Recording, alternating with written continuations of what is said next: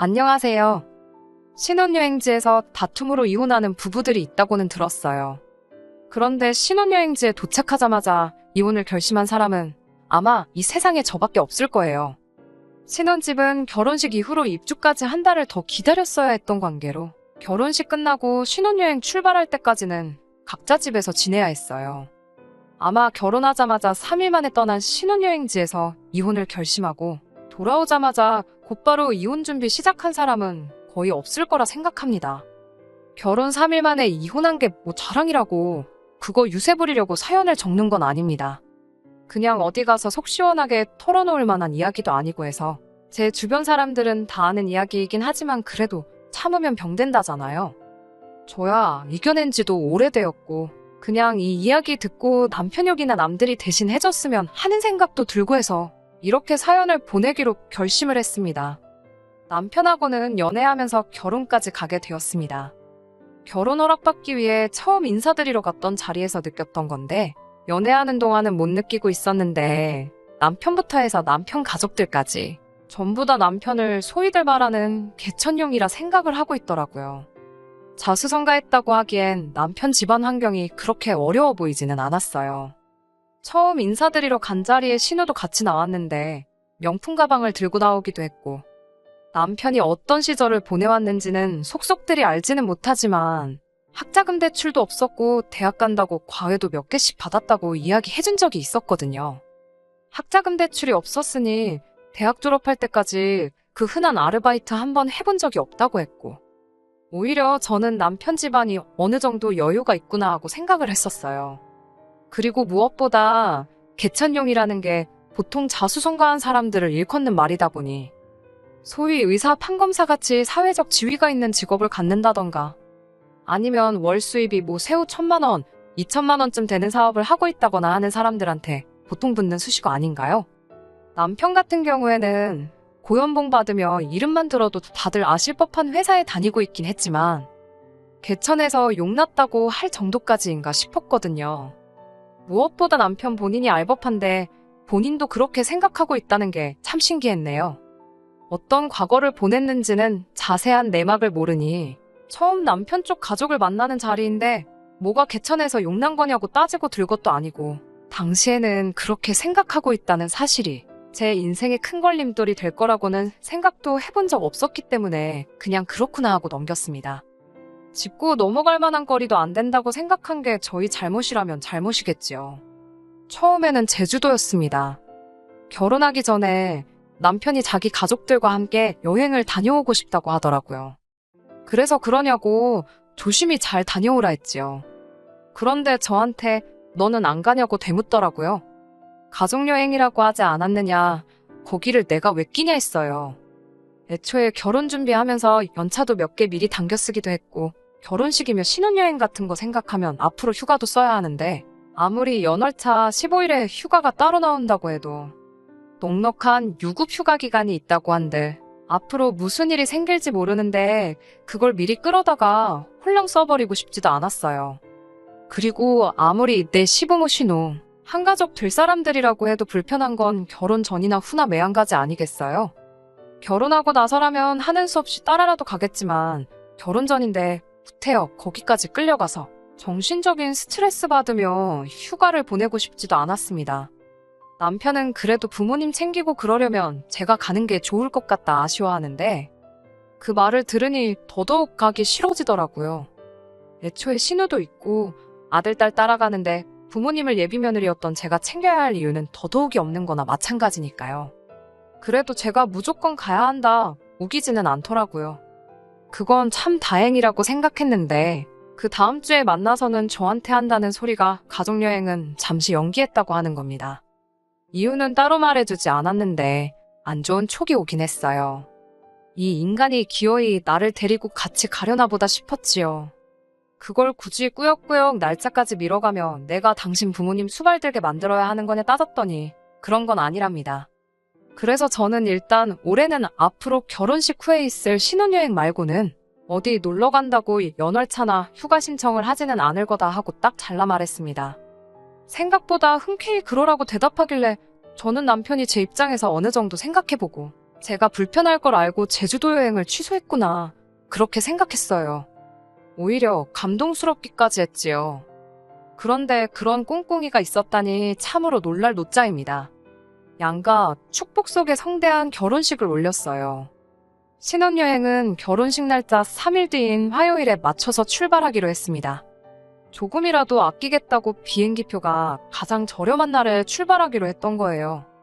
신혼집도 잔금 문제로 아직 완전히 구해진 상황도 아니었기에 결혼식 끝나고는 각자 집으로 돌아갔어요.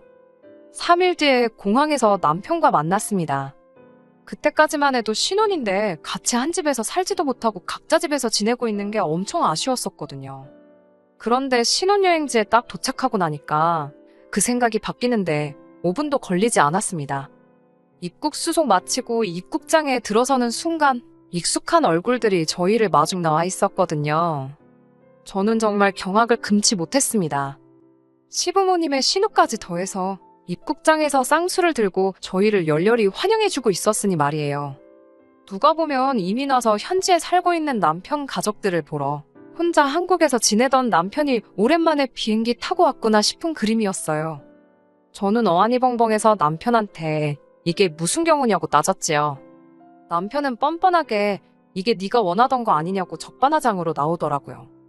세상 어느 누가 미쳤다고 인생에 한 번뿐인 신혼여행을 시가족들하고 같이 보내고 싶어 했겠냐 따지니 남편은 제주도 이야기를 꺼내더군요. 생각해보니 제가 틀린 말 한 거 하나도 없다고. 앞으로 무슨 일이 생길지 모르는데 자기도 가족여행에 휴가를 다 써버리느니 어차피 저랑 신혼여행 올 건데 가족여행지를 옮기면 되는 거였구나 하는 생각이 들었다네요. 그게 그러자고 한 소리가 아닌 거 알고 있으면서 능청스럽게 연기를 하는 거 보니 속에서 천불이 나더라고요. 그래도 한번 참아보려고 했어요. 제가 이렇게 화낼 줄은 몰랐을 테니 좀 이야기하면 생각이나마 바꾸지 않겠나 싶어서요. 그러면 우린 우리대로 신혼여행 온 거 둘이서 신혼여행 즐기고 시부모님은 신우가 있으니까 당신 가족들은 따로 휴가를 즐기면 어떻겠냐 제안을 했습니다. 집에 갈 때 공항에서 만나서 비행기 타고 같이 돌아가면 되는 거 아니겠냐고요. 그랬더니 남편이 정색을 하면서 저한테 여기까지 와서 분위기를 이렇게 잡쳐야겠냐며 따지고 들더라고요.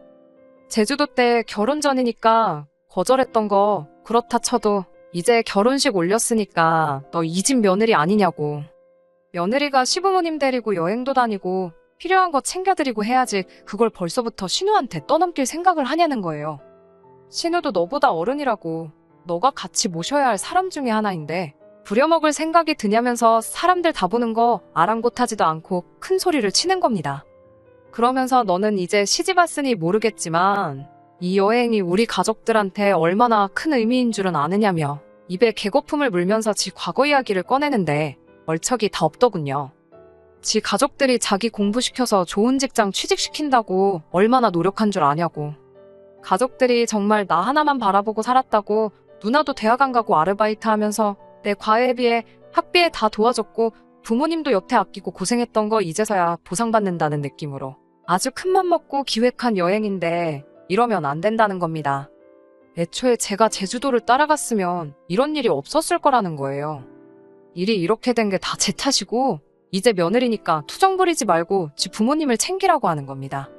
입에 거품이 날 때까지 고작 떠든다는 말이 또 이 집 며느리 됐으니까 내 식구들 알아서 수발들라는 소리를 저렇게 길게 풀어 말한 거였어요.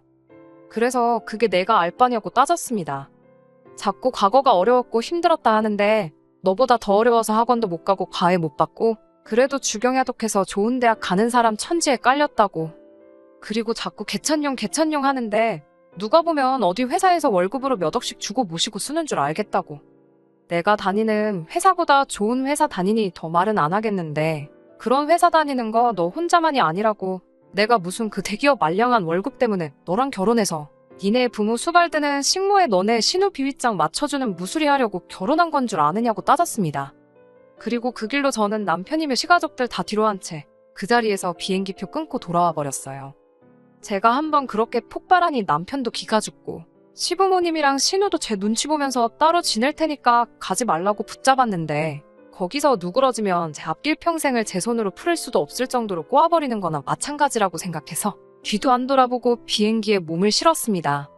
정말 말 그대로 신혼여행 보내기도 전에 여행지 도착하자마자 이혼하게 된 거나 마찬가지지요.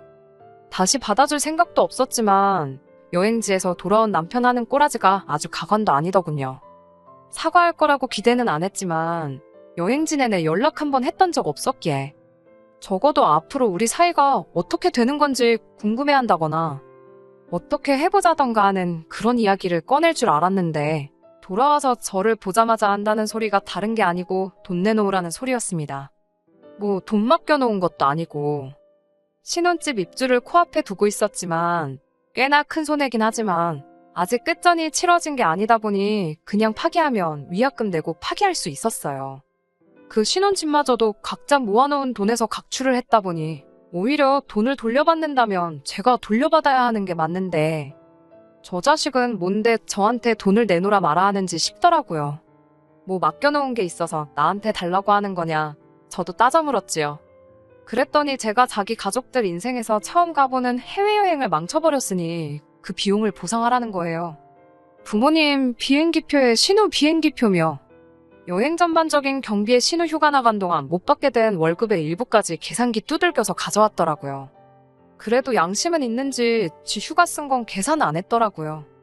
거기에 추가적으로 또 뭐 저 때문에 영어로 통역할 사람이 없어서 제대로 못 즐긴 것도 많고 제가 없으니 부모님 수발 든다고 지낸 누나가 엄청 고생을 했다고 정신적 피해 비용에 신효 인건비까지 추가해서 저한테 달라고 하는 겁니다.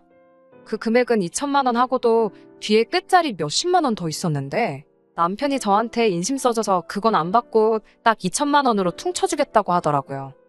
계산 안 힘들게 손해를 감수한 거라고 자랑스럽게 이야기하는데 당당한 그 모습을 보니까 저도 모르게 고마워서 다 눈물이 날 뻔했어요. 돈 깎아준 게 고마운 게 아니고 그래도 여태만 나온 정이 있는데 그냥 한번 용서해줄까? 나도 여행지에서 그렇게 돌아오면 안 됐는데 내가 너무 심했나? 그런 생각도 마음 한구석에 조금은 가지고 있었거든요. 이렇게 남아있는 정을 확실하게 떼줄 거라고는 기대조차 하지 않았는데 이렇게 확실하게 알아서 마무리를 지어주다니 정말 고맙기 그지 없었지요. 니네 가족 놀러 갔다가 재미없어서 실망한 돈을 왜 나한테 와서 찾냐고. 그냥 좋은 말로 할 때 내 눈앞에서 꺼지고 이혼 서류 날라오면 도장 찍을 준비나 하라고 했어요. 이미 공항에서 비행기 올라탔을 때 이혼한 거나 마찬가지였다고. 말 맞다나 이제 그 잘난 며느리도 아닌데 니네 부모님 가족여행 망친 건 자식들이 니랑 니네 누나 아니겠냐고. 그러니까 그 여행 비용은 나한테 청구할 게 아니고 부모님도 똑바로 못 챙기고 여행지에서 벙어리 마냥 말 한마디 못한 네 잘못이니 네 스스로한테 청구하는 게 어떻겠냐고 했지요. 얼마나 힘든 과거를 보냈고 당신 가족들이 얼마나 고생했는지는 내가 듣도 보도 못해서 얼마나 큰 은혜인지는 가늠이 안 된다고. 하지만 그 은혜가 얼마나 크던 간에 그걸 너랑 결혼한 네 마누라 며느리까지 나서서 갚아줘야 하는 은혜라면 그딴 며느리 자리는 내가 때려치고 만다고 딱 잘라 전해줬습니다. 다시 한번 그 잘난 가족여행 망친 건 니들 무능한 걸 탓하고 당신이야말로 집에 들어간 내 돈 제대로 안 돌려주면 어디 어떻게 되나 보자고 했어요.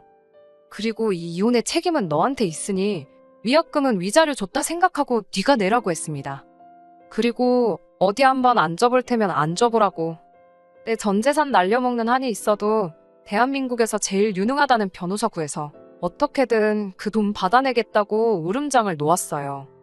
사실 이미 이혼에 대해서 알아봤던지라 남편이 유책 배우자로 이혼 소송 진행할 수는 있는데 위자료 받아봐야 얼마 되지도 않을 거란 이야기는 이미 들었습니다. 그런데 제 으름장이 효과가 있던 건지 아니면 평소에 그래도 제가 한다면 하는 성격을 몇 번 보여줘서인지 가족여행 망쳤다고 그 비용 물어내라던 남편이 어떻게 제가 시키는 대로 위약금 자기 돈으로 해서 제 돈 들어간 거 정확히 계산해서 돌려줬네요. 결국은 그렇게 이혼을 하게 되었습니다. 이혼 진행하는 과정에서 그제서야 정신을 차린 건지 저한테 사과하면서 가족들하고 얽히지 않게 잘 할 테니 다시 잘 해보자고 몇 번을 제 앞에 빌었어요. 하지만 그 진짜 속내는 아무도 모르잖아요. 한 번 속은 거면 충분하다고 생각해서 그냥 미련 남지 않게 딱 잘라 말해줬습니다. 다시 합칠 생각 없으니 부모님 은혜같이 갚아줄 며느리는 어디 딴 데 가서 알아보라고요. 그 뒤로는 지인들 통해서 소식이 들려오긴 하는데 최대한 안 듣고 신경 안 쓰고 살고 있습니다. 할 말 다 하고 쪽내서 속은 후련한데 결혼하자마자 이혼해버렸으니 이럴 줄 알았으면 혼인신고 좀 더 살아보고 할 걸 그랬다 하는 후회가 있긴 하네요. 다들 왜 살아보고 혼인신고 해라 그러는지 그 이유를 대충 알겠더라고요.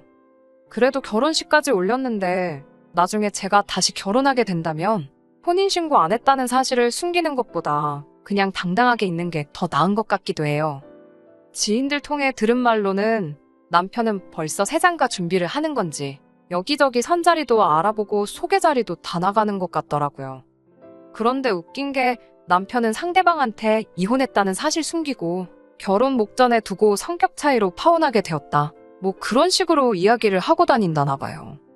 딱히 그 사실이 중요한 건 아니지만 그래도 벌써부터 만나는 사람들한테 거짓말 살살 하는 거 보면 결혼 3일 만에 이혼까지 당하고도 정신을 못 차린 것 같아요.